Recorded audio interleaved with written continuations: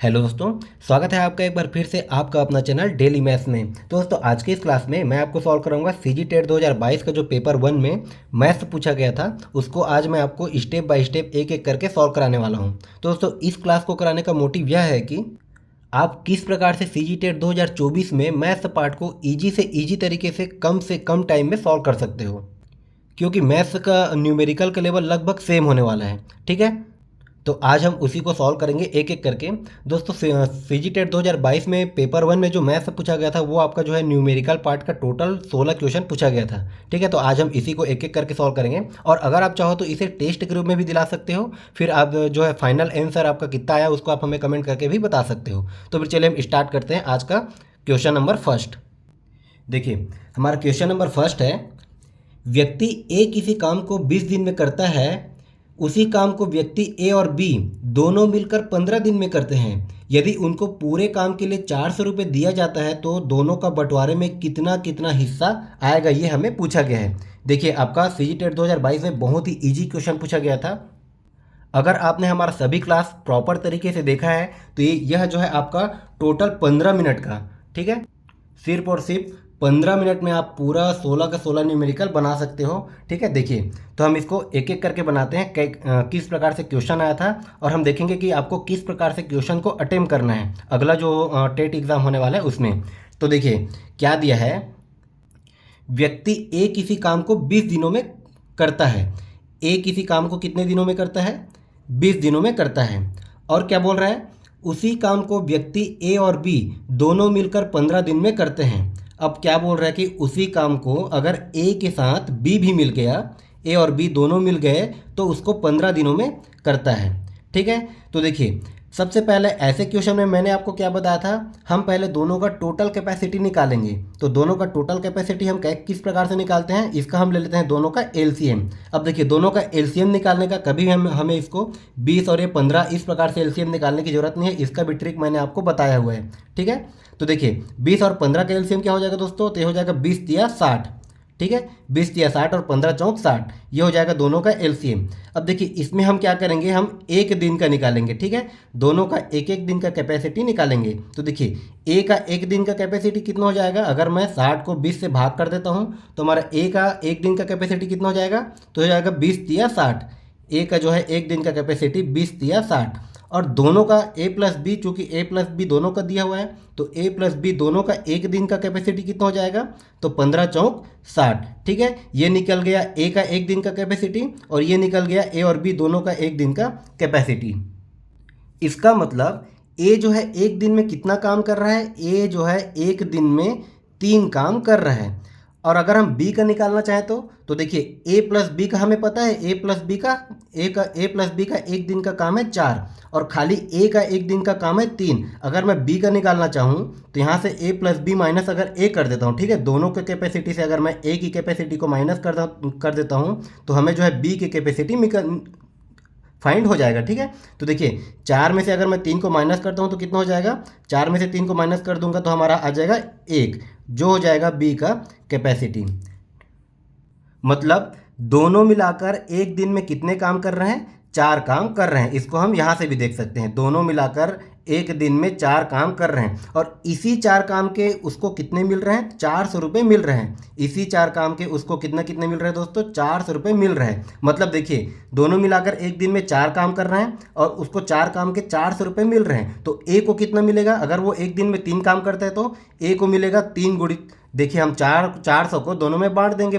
ठीक है, ए का कैपेसिटी अगर 3 है और बी का कैपेसिटी 1 है तो 3 को कितना मिलेगा, तो ये हो जाएगा 3 गुणित 100, मतलब ए को कितना मिलेगा, 300। ठीक है, ए को मिलेगा 300 रुपये।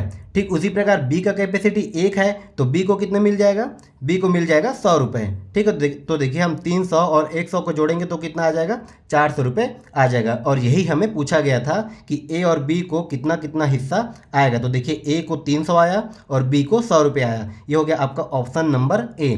बहुत ही ईजी क्वेश्चन था। कभी भी इस प्रकार से अगर क्वेश्चन आता है तो पहले हम टोटल कैपेसिटी निकालेंगे, फिर दोनों का अलग अलग कैपेसिटी निकाल के हम इसको सॉल्व कर सकते हैं। तो आइए हम देखते हैं अगला क्वेश्चन क्या पूछा था। देखिए बिल्कुल इजी क्वेश्चन था, बिल्कुल इजी तरीके से इसको हम बनाएंगे एक एक करके नए नए ट्रिक के माध्यम से। और दोस्तों अगर आप इसको टेस्ट के रूप में दिला रहे हैं तो जो है वीडियो को बीच में रोक करके इसको सॉल्व कीजिए और फाइनल आंसर आपका कितना है ये हमें कमेंट करके ज़रूर बताइए। तो देखिए हमारा अगला क्वेश्चन है, एक क्षतिग्रस्त कुर्सी जिसका मूल्य 110 रुपये है उसे 10% हानि पर बेचा जाता है, तो उस कुर्सी का विक्रय मूल्य ज्ञात कीजिए। अब देखिए क्या बोला इसमें, एक कुर्सी है जिसका मूल्य, अब मूल्य को हम क्या बोलेंगे, उसका क्रय मूल्य, क्रय मूल्य को क्या बोला जाता है, सीपी।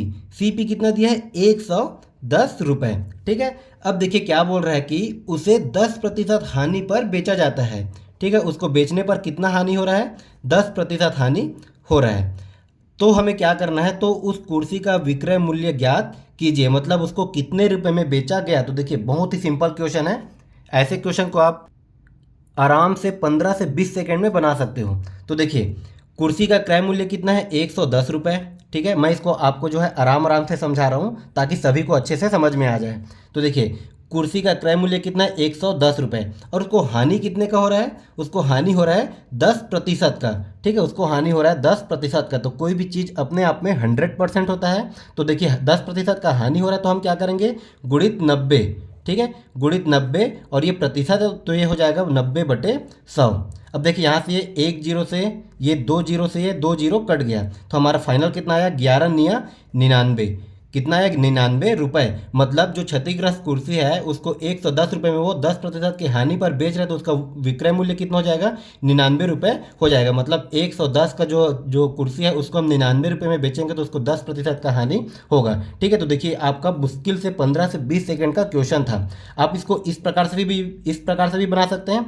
और कई बच्चे जो है इसमें कन्फ्यूज भी होते हैं, कई बच्चे यहाँ पर भी कंफ्यूज होते हैं कि इसको 90/100 क्यों किए। तो देखिए आपको जो है इसको इस प्रकार से भी बना सकते हैं, या फिर आप इसको जो है देखिए कितना दिया है, 110।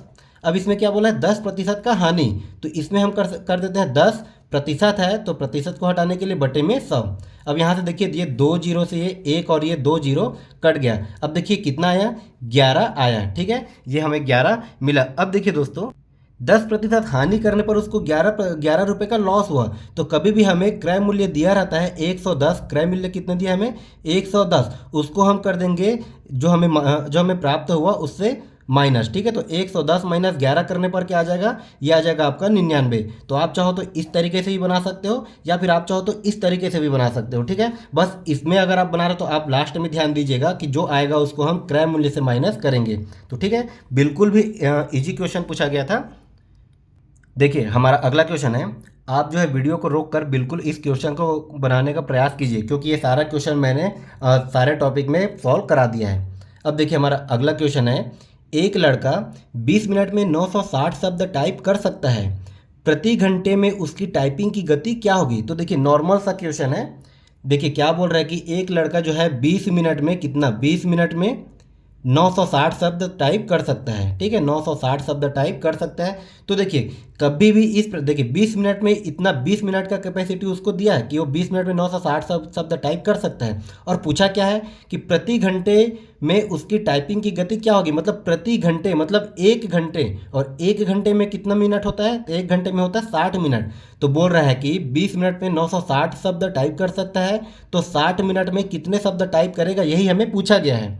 ठीक है, तो देखिए हमें पता है 20 मिनट का और हमें पूछा गया है 60 मिनट का। अब यहाँ से हमें कैलकुलेशन करने में थोड़ा कन्फ्यूजन हो सकता है, तो हम कभी भी इस प्रकार के क्वेश्चन को हम कैसे सॉल्व करेंगे। देखिए हमें दिया है 20 मिनट का कैपेसिटी, तो हम निकालेंगे 1 मिनट का। ठीक है, हम निकालेंगे 1 मिनट का, तो 1 मिनट में वो कितना शब्द टाइप करेगा, तो ये हो जाएगा 960/20। अगर मैं 1 मिनट का निकालता हूँ तो देखिए ये हो जाएगा, ये 1 जीरो से 1 जीरो कैंसिल, और ये हो जाएगा 2 एकम 2, ये हो जाएगा 2 चौक 8, और ये कितना हो जाएगा 2 अट्ठे 16। तो देखिए 1 मिनट में कितना आया, 1 मिनट में वो जो है 48 शब्द टाइप करेगा। ठीक है, बिल्कुल ध्यान से आराम आराम से समझिएगा। देखिए 1 मिनट में वो 48 शब्द टाइप कर सकते हैं। अब हम यहाँ से बिल्कुल आसानी तरीके से निकाल सकते हैं कि 1 घंटे में, प्रति घंटे बोला है मतलब 1 घंटे में, और 1 घंटे में कितना मिनट होता है, तो 1 घंटे में होता है दोस्तों 60 मिनट। ठीक है, तो 60 मिनट में कितना शब्द टाइप करेगा, तो देखिए 1 मिनट में 48 शब्द टाइप कर रहा है, तो 60 मिनट में वो कितना करेगा, तो ये हो जाएगा 60 गुणित 48। ठीक है, ये हो जाएगा 60 गुणित 48। अब देखिए हम इसको गुणा कर देते हैं, तो ये देखिए कितना हो जाएगा, 8 छक्का 48 की 8, हासिल आई 4, ये हो जाएगा 6 चौक 24, और 24 और 4 कितना हो जाएगा दोस्तों, ये हो जाएगा आपका 28, और ये 0 का 0। तो 1 घंटे में कितना शब्द टाइप करेगा, 2880 शब्द। ठीक है, 2880 शब्द जो है वो प्रति घंटा टाइप करेगा। तो देखिए आपको किस ऑप्शन में दिया है, ऑप्शन नंबर ए 2880।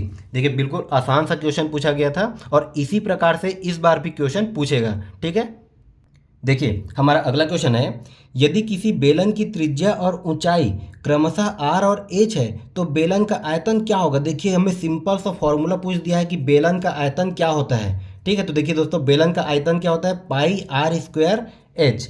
बेलन का आयतन क्या होता है, पाई आर स्क्वायर एच। अब इसको चाहो तो डायरेक्ट याद कर सकते हो, या फिर देखिए ये आपका बेलन कुछ इस प्रकार से होता है, ये आपका बेलन ये हो गया, ये हो गया, और ये हो गया आपका बेलन। और मैंने आपको क्या बताया था कि आधार और बेस अगर समान होता है, जिसमें भी आधार और बेस समान होता है, तो हम क्या करते हैं उसका वॉल्यूम निकालने के लिए, उसका आयतन निकालने के लिए उसके आधार के क्षेत्रफल में उसके हाइट को गुणा कर देते हैं। तो देखिए इसका आधार किस प्रकार से दिख रहा है, इसका आधार जो है हमें वृत्त के आकार में दिख रहा है, मतलब बेलन का आधार जो है वृत्त के जैसा होता है। अब देखिए वृत्त का एरिया क्या हो जाएगा, वृत्त का क्षेत्रफल क्या हो जाएगा, तो वृत्त का क्षेत्रफल होता है दोस्तों पाई आर स्क्वायर। ठीक है, वृत्त का क्षेत्रफल क्या होता है, पाई आर स्क्वायर, और इसका हाइट क्या होता है, इसका हाइट जो है एच होता है, तो ये क्या हो जाएगा पाई आर स्क्वायर एच। ठीक है, ये निकल जाएगा बेलन का वॉल्यूम। ठीक है, तो ये होता है डायरेक्ट फॉर्मूला बेस्ड क्वेश्चन था, इसका देखिए ऑप्शन हो जाएगा ऑप्शन नंबर सी। बिल्कुल भी आसान सा क्वेश्चन था। आइए हम देखते हैं अगला क्वेश्चन क्या दिया है। तो देखिए आपका क्वेश्चन नंबर 103 103 नंबर है। देखिए क्या दिया है, 6 सेंटीमीटर गुणित 5 सेंटीमीटर माप के आकार के कागज के किनारे से 3 सेंटीमीटर गुणित 2 सेंटीमीटर माप का कागज का टुकड़ा काटा गया, तो बचे हुए कागज के टुकड़े का क्षेत्रफल क्या होगा, ये हमें पूछा है। तो देखिए क्वेश्चन को देखने से बहुत ही खतरनाक टाइप दिख रहा है, लेकिन ये है बिल्कुल भी आसान सा क्वेश्चन। ठीक है, ऐसे क्वेश्चन को आप जो है मुश्किल से 5 से 10 सेकंड में बना सकते हो। बस आपको क्वेश्चन बोल क्या रहा है ये हमें समझ में आना चाहिए। तो देखिए क्या बोला है कि 6 सेंटीमीटर गुणित 5 सेंटीमीटर। ठीक है, ये आपका दिया है, देखिए इसका क्या दिया है, पूरा का पूरा 6 सेंटीमीटर, और ये क्या दिया है 5 सेंटीमीटर। तो कभी भी ये देखिए हमारे ये आयत के जैसे दिख रहा है, तो आयत का क्षेत्रफल क्या होता है, अगर हम इसका पूरा एरिया निकालेंगे तो ये हो जाता है, इसका 6 गुणित 5 करेंगे तो इसका क्या निकल जाएगा, क्षेत्रफल। मतलब ये कितना हो गया, 6 गुणित 5, 6 गुणित 5, तो ये कितना हो गया, ये निकल रहा है दोस्तों अभी पूरे का। ठीक है, ये निकल रहा है आपका पूरे का, तो ये कितना निकल गया, 6 पंछे 30। ठीक है, ये हो गया 30 सेंटीमीटर स्क्वायर। अब क्या बोल रहा है कि इस पूरे से ये जो है 3 सेंटीमीटर गुणित 2 सेंटीमीटर, ये 3 सेंटीमीटर गुणित 2 सेंटीमीटर माप के कागज को काट के निकाल दिया। ठीक है, इतना को वो काट के निकाल दिया, तो अब हमारे पास टोटल कितना एरिया बचा ये हमें निकालना है। तो देखिए टोटल हमारे पास इतना है, अब इसमें से जो है ये वाला पार्ट को काट के निकाल दिया, तो हम क्या करेंगे, पहले टोटल क्षेत्रफल निकालेंगे। टोटल क्षेत्रफल हमारा निकल गया, अब उसके बाद जितना को काटा गया उसका क्षेत्रफल निकाल देते हैं। अब देखिए जितना काटा गया उसका क्षेत्रफल क्या हो जाएगा, तो हो जाएगा 3 गुणित 2, 3 गुणित 2, और ये कितना आ गया दोस्तों, तो ये आ गया आपका 3 दूने 6 सेंटीमीटर स्क्वायर। ठीक है, अब देखिए हमें पूरा का मिल गया, और ये जितना काटा गया उसका मिल गया। तो हम देखिए जितना काटा उसको हम माइनस कर देंगे पूरे से, तो बाकी जो एरिया बचा वो हमें मिल जाएगा। ठीक है, तो देखिए पूरा हमें कितना मिला है 30, और जितना काटा गया वो हमें मिला है 6। तो अगर मैं 30 में से 6 माइनस कर देता हूँ तो हमें कितना मिल जाएगा दोस्तों, तो ये हमें मिल जाएगा, अगर 30 में से 6 माइनस किया तो ये हो जाएगा 24 सेंटीमीटर स्क्वायर। ठीक है, और यही हो जाएगा आपका आंसर। तो देखिए कभी भी आपको समझाने के लिए इतना टाइम लगा, अगर इस टाइप से क्वेश्चन आया तो आप इसको सिर्फ और सिर्फ देख के बना सकते हो। देखिए हमें दिया है ये इतना एरिया का कागज़ दिया है, 6 पंछे 30, और इसमें से 3 दूने 6 जो है सेंटीमीटर स्क्वायर एरिया के कागज़ को काट के निकाल दिया। तो यहीं से हम 30 में से अगर 6 माइनस कर देते हैं तो ये हमारा निकल के आ जाता 24। ठीक है, ये हो गया इसका आंसर ऑप्शन नंबर सी। इसीलिए बोल रहा हूँ दोस्तों कि आपका 2022 का जो पेपर 1 में जो मैं पूछा गया था उसमें आपका जो मैथ्स पोर्शन है मुश्किल से 15 मिनट का था। ठीक है, ये जो है आपका 15 मिनट से ज़्यादा तो लगेगा ही नहीं अगर आपने हमारा पूरा क्लास प्रॉपर तरीके से देखा है। तो आइए हम देखते हैं अगला क्वेश्चन किस प्रकार से दिया है। देखिए हमारा अगला क्वेश्चन है बहुत ही सिंपल सा, बहुत ही आसान सा, बस इसको आप ध्यान से बनाइएगा।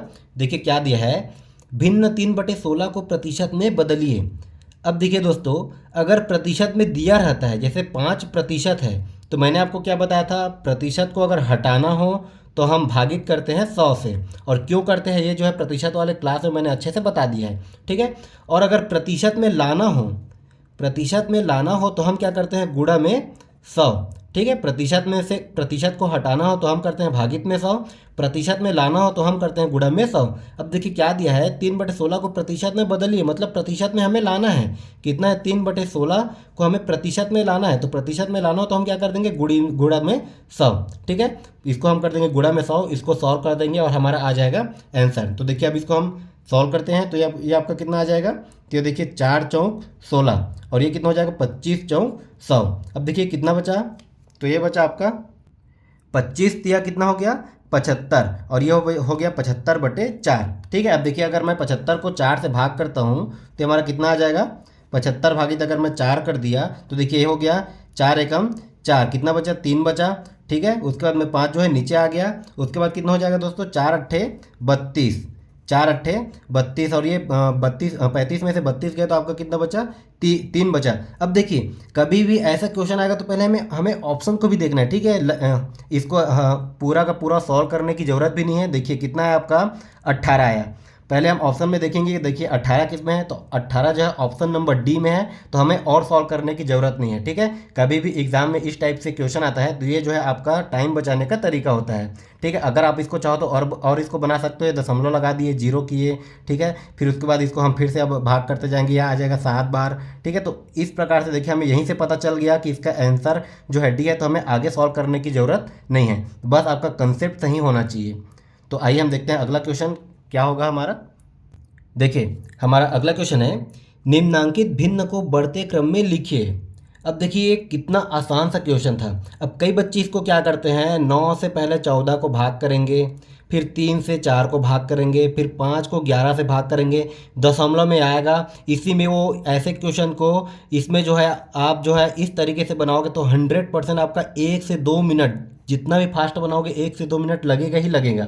और इसका मैंने आपको बहुत ही अच्छा ट्रिक बताया था भिन्न वाले चैप्टर में, ठीक है। तो देखिए इसका ट्रिक क्या होता है दोस्तों, तो इसके ट्रिक को बोला जाता है, या तो आप इसको ट्रिक भी बोल सकते हो, या फिर इसको बोलते हैं हम बटरफ्लाई मल्टीप्लिकेशन मेथड, ठीक है। अब देखिए इस मेथड से ऐसे क्वेश्चन को हम कैसे बनाएंगे, जैसे आपका देखिए दिया है 9/14, ठीक है, बिल्कुल आराम आराम से समझिएगा। और एक क्या दिया दोस्तों 3/4 और एक क्या दिया है 5/11। अब इसमें हमें क्या बोला है, बढ़ते क्रम में लिखिए, मतलब इसमें से पहले हमें सबसे छोटा, फिर सबसे बड़ा, फिर उससे बड़ा हमें निकालना है, ठीक है। अब देखिए मैं एक चीज़ निकालता हूँ, या तो मैं बड़ा निकालता हूँ या फिर मैं छोटा निकालता हूँ, ठीक है। देखिए मैं समझाने के लिए कर रहा हूँ, फिर इस मेथड को अगर आपका यह मेथड समझ में आ गया तो आप जो है यहाँ से सिर्फ और सिर्फ देख करके ही बता सकते हो कि इसमें से कौन बड़ा है और कौन सा छोटा है। तो देखिए इसको ध्यान से समझिएगा।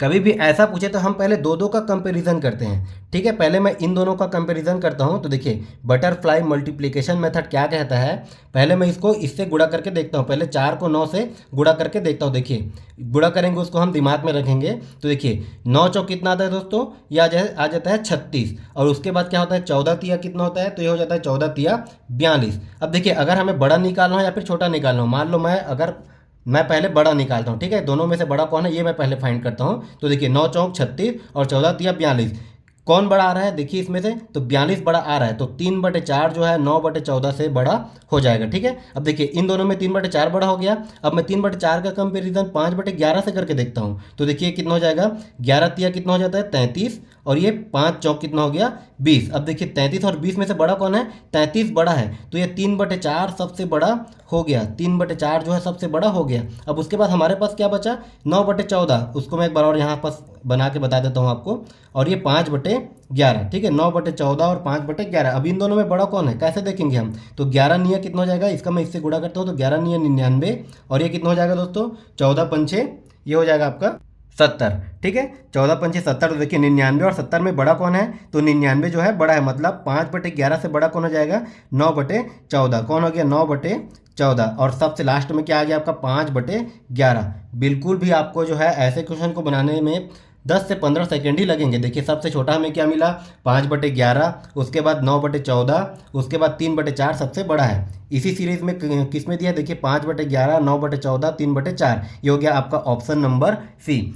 अब देखिए अगर आप चाहो तो इसको यहीं से भी बना सकते थे, पहले आप इसको देखिए, देखिए 9 चौक 36, या आगे 9 चौक 36 और 14 तिया 42। अब 42 बड़ा हो गया, ठीक है, ये 3/4 बड़ा हो गया। अब इन दोनों में कंपैरिजन करके देखिए, 11 तिया 33 और 5 चौक 20, तो ये हमारा 33 बड़ा आ रहा है। तो देखिए सबसे बड़ा 3/4 पहले किस में है, देखिए इन दोनों में है, ये दोनों ऑप्शन पहले कट गया। अब 9/14 और 5/11 में हम कंपेरिजन करके देखते हैं, तो 11 निया कितना होता है 99, और 14 पंचे कितना होता है 70, ठीक है। तो 99 बड़ा है 70 से, तो इसके बाद कौन आ जाएगा दोस्तों 9/14, और सबसे लास्ट में हमारा क्या आ जाएगा 5/11। मुश्किल से 10 से 15 सेकंड लगेगा, ठीक है। अगर आप जो है इस ट्रिक को समझ गए तो ऐसे क्वेश्चन को बनाने में आपको बहुत ही कम टाइम लगेगा। और अगर आप इस मेथड से बनाते हो, ऐसे भाग करके दशमलव में आ रहा है, तो इससे भी बनेगा, ठीक है, इससे भी बनेगा, लेकिन आपको काफ़ी टाइम इसमें लग सकता है, और ऐसे क्वेश्चन में सिली मिस्टेक होने का भी चांसेस ज़्यादा रहता है, ठीक है। तो आइए हम देखते हैं अगला क्वेश्चन अब क्या दिया है। देखिए हमारा अगला क्वेश्चन है, यदि 18:13.5 समानुपात 16:1 है तो x का मान ज्ञात कीजिए। अब देखिए दोस्तों, अनुपात और समानुपात जो है अब मैंने आपको अच्छे से कराया है। अब देखिए अनुपात का मतलब क्या होता है बटे, तो इसको अगर मैं कर देता हूँ इक्वेशन के रूप में, तो देखिए ये क्या आ जाएगा 18/13.5, ठीक है। और समानुपात का मतलब क्या होता है दोस्तों, समानुपात का मतलब होता है बराबर। अब देखिए उसके बाद समानुपात के बाद क्या दिया 16:x, मतलब ये हो जाएगा 16/x, ठीक है। तो ये हमारा इस प्रकार से इक्वेशन के रूप में आ जाएगा, और हमें क्या निकालना है x की वैल्यू। अब देखिए यहाँ से मैं इसको तिर्यक गुणा कर देता हूँ, तो हो जाएगा आपका 18x बराबर ये हो जाएगा आपका 16 × 13.5, ठीक है। अब देखिए दोस्तों 16 × 13.5, इसको मैं और किस प्रकार से लिख सकता हूँ, तो ये हो जाएगा आपका 16 × 135/10, ठीक है। दशमलव को हटा दिए तो कितना आ गया 135/10, ये आ गया आपका 18x बराबर। अब देखिए मुझे चाहिए x की वैल्यू, तो x बराबर क्या हो जाएगा, तो हो जाएगा 16 × 135। अब देखिए बटे में क्या है दोस्तों 10, ठीक है। और देखिए उसके बाद क्या है 18 जो है एक के साथ गुणा हो रहा है, इसको अगर मैं ट्रांसफर करता हूँ तो ये क्या हो जाएगा इधर आके क्या हो जाएगा भाग हो जाएगा, ठीक है। ये हो गया इधर आके भाग। अब इसको मुझे सॉल्व कर देना है। ये अब डिपेंड करता है कि आप इसको कितना जल्दी कटा सकते हो, ठीक है। इसको कटाइए और आंसर आपको मिल जाएगा। तो देखिए इसको हम एक एक करके कटाते हैं। ये हो जाएगा आपका 2 × 18, और ये हो जाएगा आपका 2 × 8 = 16, ठीक है। ये हो जाएगा आपका 5 × 2 = 10, ये हो गया आपका 5 × 2 = 10, कितना बचा 3, और ये हो गया 5 × 7 = 35। एक बार जो बचा उसको मैं लिख लेता हूँ, तो हो जाएगा ऊपर में 8 × 27 बटे कितना बचा दोस्तों 9 × 2, ठीक है। और देखिए 9 × 9 और 9 × 27, और ये कितना हो जाएगा 2 × 2, और ये हो गया 2 चौक 8। अब देखिए कितना बचा 4 × 3, तो 4 से कितना हो गया दोस्तों 12, ठीक है। बिल्कुल आराम से कटाइएगा, क्योंकि यहाँ तक आपने समझ लिया, फिर इस जगह पे बहुत लोग जो है सिली मिस्टेक कर जाते हैं, ठीक है। तो सिली मिस्टेक हमें नहीं करना है। तो देखिए आपका कौन सा आ गया, ऑप्शन नंबर बी, ठीक है। बिल्कुल भी आसान सा क्वेश्चन था। तो प्रीवियस ईयर के क्वेश्चन को सॉल्व करने के लिए बहुत ही फ़ायदे मिलते हैं। अब देखिए हमारा अगला क्वेश्चन क्या दिया है, 2 सही 3/4 भागित 1 सही 1/8 का मान ज्ञात कीजिए, ठीक है। ये सिंपल सा भिन्न के रूप में है। तो देखिए क्या दिया है 2 सही 3/4 को मैं और किस प्रकार से लिख सकता हूँ, तो ये क्या हो जाएगा आपका 4 दूने 8, और ये 8 और 3, ये 8 और 3 क्या हो जाएगा दोस्तों 8 और 3 हो गया आपका 11, ठीक है। 11/4, 2 सही 3/4 को मैं लिख सकता हूँ 11/4 के रूप में। अब उसके बाद क्या दिया, देखिए भाग है तो भाग, उसके बाद क्या दिया है 1 सही 1/8, तो इसको मैं सॉल्व करता हूँ तो ये क्या हो जाएगा, देखिए 8 × 8, 8 और 1 9, मतलब ये क्या आ जाएगा 9/8, ठीक है। 9/8, इसको मैंने जो है नॉर्मल तरीके से लिख लिया। अब देखिए दोस्तों कभी भी ऐसे भिन्न का भाग आता है तो भिन्न का जोड़ घटा गुणा भाग में मैंने आपको अच्छे से बताया है। इसको हम क्या कर देते हैं 11/4 गुणित, भाग को हम कर देते हैं गुणा, और इसको हम कर देते हैं इंटरचेंज, मतलब जो हर में है उसको अंश में उसको हर में, ये हो जाएगा आपका 8/9, ठीक है। अब देखिए यहाँ पर जो कट रहा है उसको हम कटा देते हैं। तो यहाँ पर देखिए 4 × 4, 4 दूने 8, अब ये कितना है दोस्तों 11 दूने 22, 11 दूने 22, 22/9। अब देखिए इसको और भाग करने की ज़रूरत नहीं है, ठीक है, क्योंकि 22/9 ही हमारा क्या है आंसर है। देखिए ऑप्शन को भी आप देखते जाइएगा, कभी भी अगर आप एग्ज़ाम दिला रहे हो तो ऑप्शन को ज़रूर देखिएगा। क्यों दोस्तों, क्योंकि देखिए कई क्वेश्चन ऐसे होते हैं जो होता तो बिल्कुल आसान है, लेकिन उसमें बच्चे गलती कहाँ पास करते हैं, क्योंकि क्वेश्चन को सॉल्व किया यूनिट कुछ और आया, और जो है ऑप्शन में यूनिट कुछ और दे दिया रहता है, ठीक है। तो जल्दीबाजी में जैसे एक आया आपका 33, ये आ गया आपका सेंटीमीटर में, और एक दे दिया ऑप्शन में, दो जगह दे दिया 33 मीटर में, और एक जगह दे दिया फिर से 33 किलोमीटर में। ठीक है, और आपने सॉल्व करके लाया है 33 सेंटीमीटर। अब यहाँ पर कई बच्चे गलती कर जाते हैं, क्वेश्चन को तो सॉल्व कर लेते हैं लेकिन जल्दबाजी में देखते नहीं है कि मीटर सेंटीमीटर किलोमीटर किस में दिया है। ठीक है, किसी को भी इसमें ऑप्शन को टिक लगा के आ जाते हैं। ठीक है, फिर घर आके देखते हैं कि उसने सिली मिस्टेक कर दिया है और ये बहुत ही भारी पड़ता है। ठीक है, तो यहाँ पर ऑप्शन में हमेशा ध्यान दीजिएगा। तो चलिए हम देखते हैं अगला क्वेश्चन क्या दिया है। देखिए हमारा अगला क्वेश्चन है 3, 8, 9 और 100 का औसत मान 6 है, तो 100 का मान ज्ञात कीजिए। मतलब 100 का मान क्या होगा ये हमें निकालना है। अब देखिए दोस्तों हमें क्या क्या संख्या दिया है। ये दिया आपका, देखिए एक 3 है, एक 8 है, एक 9 है और एक 1 है, मतलब 4 संख्या है जिसका औसत मान हमें कितना दिया है। औसत मान दिया है हमें 6। और देखिए औसत हम कैसे निकालते हैं, तो देखिए कुल प्रेक्षणों का योग, तो कुल प्रेक्षणों का योग कर देते हैं हम, और कुल प्रेक्षणों की संख्या, तो कितना संख्या है 1 2 3 4, तो जो है टोटल 4 संख्या होता है। यही होता है औसत का फॉर्मूला। औसत मतलब क्या हो जाता है, कुल प्रेक्षणों का योग, ये योग हमने कर दिया बटे कुल प्रेक्षणों की संख्या, ये हो जाता है आपका औसत जो हमें दिया गया है। ठीक है, अब यहाँ से हमें निकालना है एक्स की वैल्यू। तो देखिए इसको अगर मैं जोड़ता हूँ तो ये हमारा कितना हो जाएगा, तो ये हो जाएगा 8 और 3 11, 11 और 9 20, तो ये हो गया ऊपर में 20 एक्स बराबर। देखिए 4 को मैं इधर गुणा कर देता हूँ तो ये क्या हो जाएगा 6 गुणित 4। ठीक है, 6 गुणित 4। अब देखिए इसको मैं इस साइड से बना रहा हूँ क्योंकि जगह नहीं है। तो देखिए एक्स बराबर हमारा क्या हो जाएगा दोस्तों 6 गुणित 4, 20 जो इसके साथ गुणा हो रहा है, इसको मैं इस साइड ट्रांसफर करता हूँ तो ये क्या हो जाएगा बटे में 20। ठीक है, अब इसको जो है नॉर्मल हमें कटा देना है। सॉरी, यहाँ बस माफ़ कीजिएगा, ये जो है आपका 20 भाग होगा नहीं, क्योंकि यहाँ पर देखिए इसको अगर मैं जोड़ रहा हूँ तो ये 8 और 3 11, 11 और 9 20, तो हो जाएगा आपका 20 धन एक्स। ठीक है, ये हो जाएगा आपका 20 धन एक्स। देखिए सिली मिस्टेक इसी प्रकार से होता है। ठीक है, क्वेश्चन आपको आता है लेकिन जल्दीबाजी में आप सिली मिस्टेक कर जाते हैं, तो ऐसा सिली मिस्टेक आपको नहीं करना है। ठीक है, तो देखिए ये आ जाएगा आपका 20 धन एक्स बराबर, ये हो जाएगा 6 गुणित 4। ठीक है, ये 6 गुणित 4 करता हूँ तो ये कितना आ जाएगा आपका 6 चौक 24। तो ये कितना है दोस्तों 20 धन एक्स बराबर आपका आया 24। तो यहाँ से देखिए एक्स बराबर कितना आ जाएगा, एक्स बराबर आ जाएगा दोस्तों ये 24 माइनस 20 होगा, ये होगा 24 माइनस 20। तो 24 में से अगर मैं 20 को माइनस करता हूँ तो कितना बच जाएगा आपका, ये बच जाएगा दोस्तों आपका 4। ठीक है, तो देखिए कि आपका किस ऑप्शन में दिया है, आपका ऑप्शन नंबर ए। आइए हम देखते हैं इसी में अगला क्वेश्चन क्या दिया है हमारा। देखिए हमारा अगला क्वेश्चन है आयतन और द्रव्यमान के बीच क्या संबंध है, जहां द्रव्यमान को m से और आयतन को v से और घनत्व को d से अंकित किया गया है। ठीक है, ये देखिए आपके ये नॉर्मल फिजिक्स का रिलेशन है। ठीक है, अब क्या बोला है दोस्तों, घनत्व को d से डिनोट किया गया है। अब देखिए कई लोग को घनत्व, ये घनत्व हो गया, आयतन हो गया, द्रव्यमान हो गया, इनमें भी कन्फ्यूजन होता है। ठीक है, तो ये मैं जब आपको साइंस पढ़ाऊंगा तो उसमें अच्छे से क्लियर करा दूंगा। तो देखिए घनत्व क्या होता है, डेंसिटी क्या होता है दोस्तों। घनत्व बोला जाए तो सिंपल तरीके से अपने तरीके से हम उसको समझ सकते हैं। घनत्व मतलब होता है गाढ़ापन। जैसे हमें दे दिया कोई पानी, ठीक है, और दे दिया तेल, तो देखिए तेल जो है पानी से ज़्यादा गाढ़ा होता है, तो तेल का घनत्व जो है, तेल का डेंसिटी पानी से ज़्यादा हो जाएगा। ठीक है, जो चीज़ जितना गाढ़ा रहेगा, ठीक है, जिसके मॉलिक्यूल्स जितने पास पास रहेंगे वो चीज़ उतना ज़्यादा घनत्व हो जाएगा। ठीक है, उसका घनत्व उतना ज़्यादा हो जाएगा। जैसे कि लोहा हो गया, ठीक है, पानी हो गया, अगर इन दोनों में कंपैरिजन करने को बोल दे तो देखिए लोहे का मॉलिक्यूल बहुत ही पास पास होता है तो उसका डेंसिटी ज़्यादा होगा। ठीक है, पानी का मॉलिक्यूल थोड़ा दूर दूर में रहता है, उसका डेंसिटी कम होगा।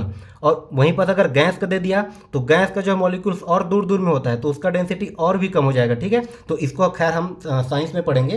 तो आइए देखते हैं क्या हो जाता है। देखिए घनत्व डेंसिटी बराबर क्या होता है दोस्तों, तो डेंसिटी बराबर आपका हो जाता है द्रव्यमान बटे आयतन। ठीक है, द्रव्यमान बटे आयतन। ठीक है, अब द्रव्यमान को हम क्या बोलते हैं, द्रव्यमान को हम बोलते हैं मास, जिसको m से डिनोट किया जाता है, और आयतन को हम बोलते हैं वॉल्यूम। ठीक है, जिसको v से डिनोट किया जाता है। तो देखिए d बराबर m अपॉन v कहीं दिया है क्या, तो देखिए d बराबर ये v अपॉन m है, ये तो होगा नहीं। ठीक है, तो d बराबर m अपॉन v हमें दिया नहीं है। अब देखिए m के रूप में दिया है, तो m बराबर अगर मैं निकालना चाहूँ तो ये क्या हो जाएगा, ये हो जाएगा आपका d इंटू v। तो देखिए m बराबर क्या हो जाएगा आपका d इंटू v या फिर v इंटू d, ये हो जाएगा आपका सेम। ठीक है, तो ये हो गया इसका आंसर m बराबर v इंटू d।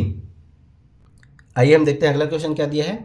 तो देखिए एक घनाभ का आयतन ज्ञात कीजिए जिसकी लंबाई 14 सेंटीमीटर, चौड़ाई 12 सेंटीमीटर तथा ऊंचाई जो है 8 सेंटीमीटर दिया गया है। ठीक है, तो देखिए मैंने आपको बताया था घनाभ का आयतन क्या होता है दोस्तों। तो घनाभ का आयतन होता है लंबाई गुणित चौड़ाई गुणित ऊंचाई। ठीक है, लंबाई गुणित चौड़ाई गुणित ऊंचाई। अब देखिए किस लेवल का क्वेश्चन पूछ रहा है उसको आप ध्यान दीजिएगा। ठीक, उसको आप ध्यान दीजिए क्योंकि इसी लेवल के क्वेश्चन आपको पूछे जाएंगे। तो ठीक है, आयतन बराबर घनाभ का आयतन क्या होता है हमारा, लंबाई गुणित चौड़ाई गुणित ऊंचाई। अब देखिए लंबाई हमें दिया है कितना, 14 सेंटीमीटर, गुणित उसका चौड़ाई कितना दिया है 12 सेंटीमीटर, गुणित उसका ऊंचाई कितना दिया है 8 सेंटीमीटर।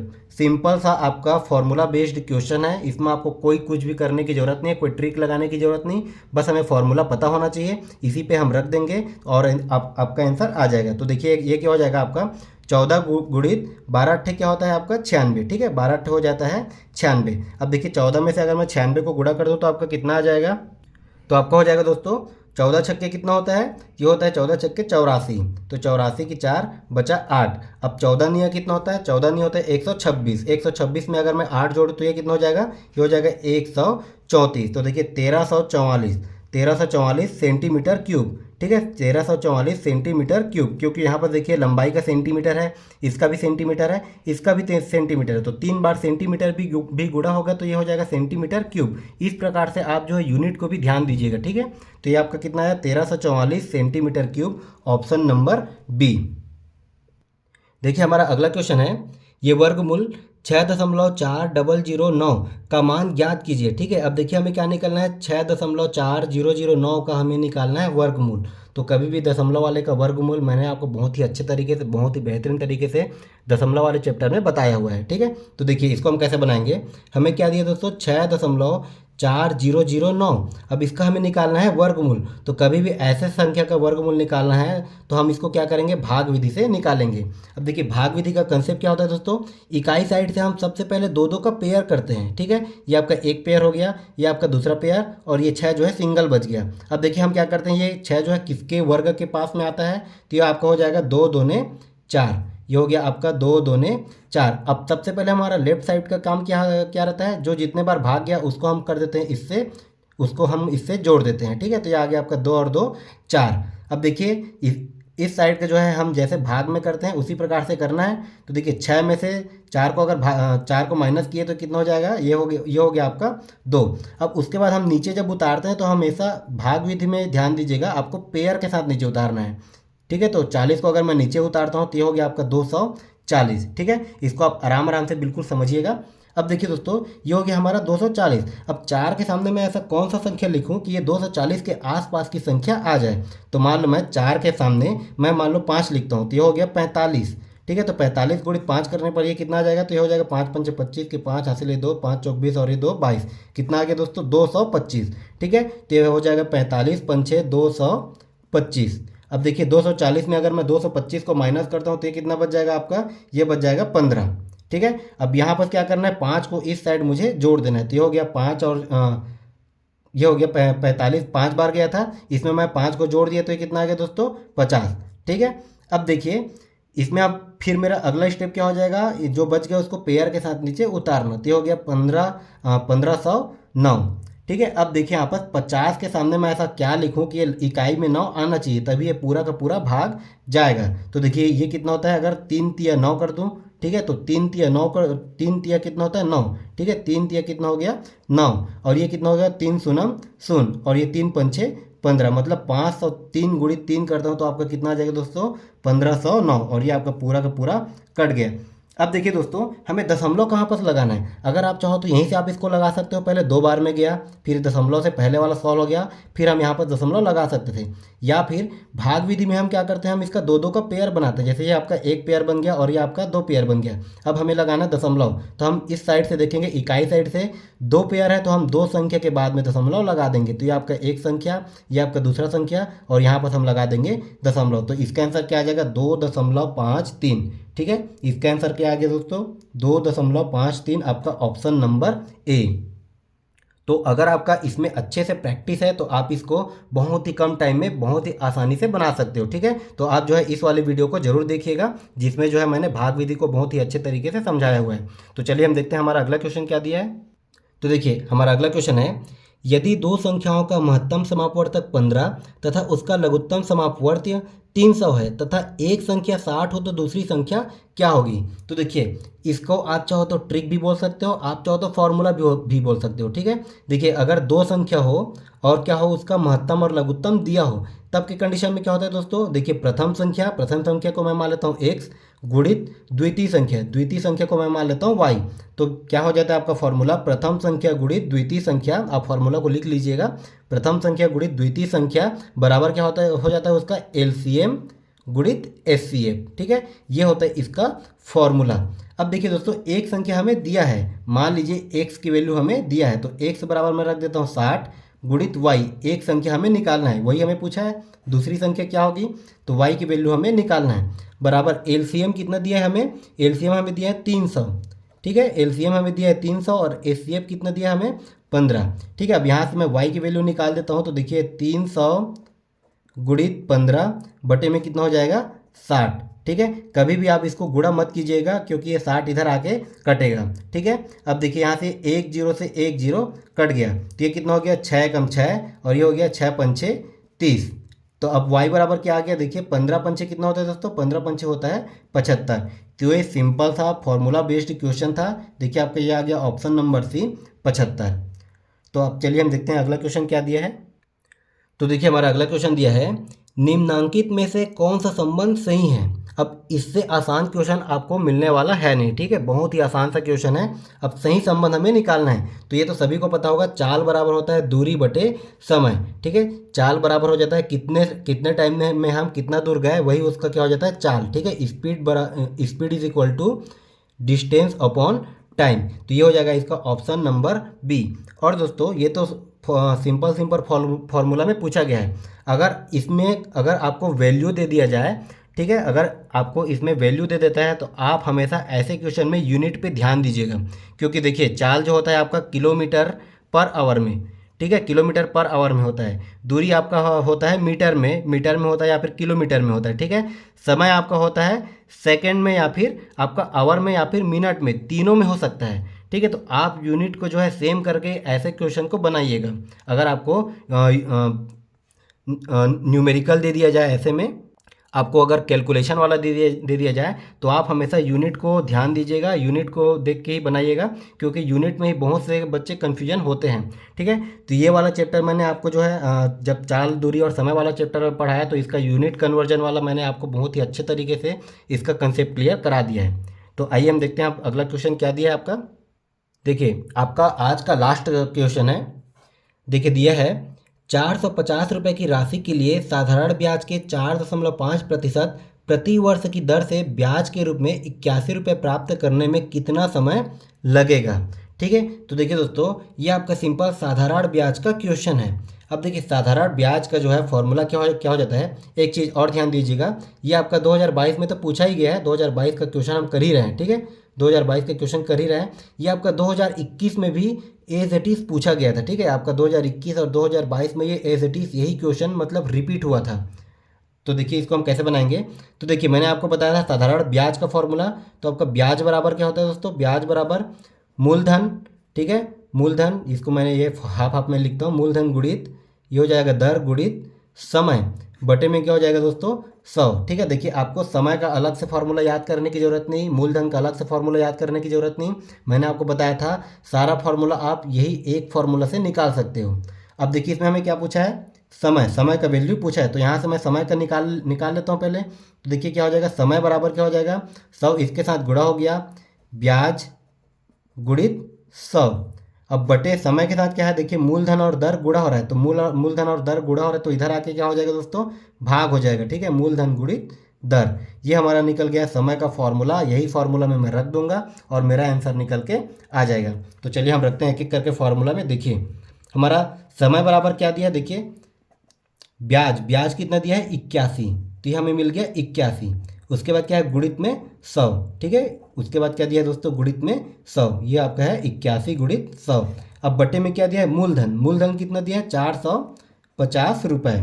और गुणित में कितना दिया है, दर। दर आपका कितना दिया है, देखिए 4.5। अब देखिए दर आपका कितना दिया है दोस्तों, 4.5। अब 4.5% को मैं और किस प्रकार से लिख सकता हूँ, तो देखिए 4.5 को मैं लिख सकता हूँ 45 बटे दशमलव की जगह में एक संख्या है तो हमारा 10, मतलब 4.5 को मैं लिख सकता हूँ 45/10। ठीक है, बिल्कुल आप एक एक करके हर एक पॉइंट को, हर एक स्टेप को समझिएगा।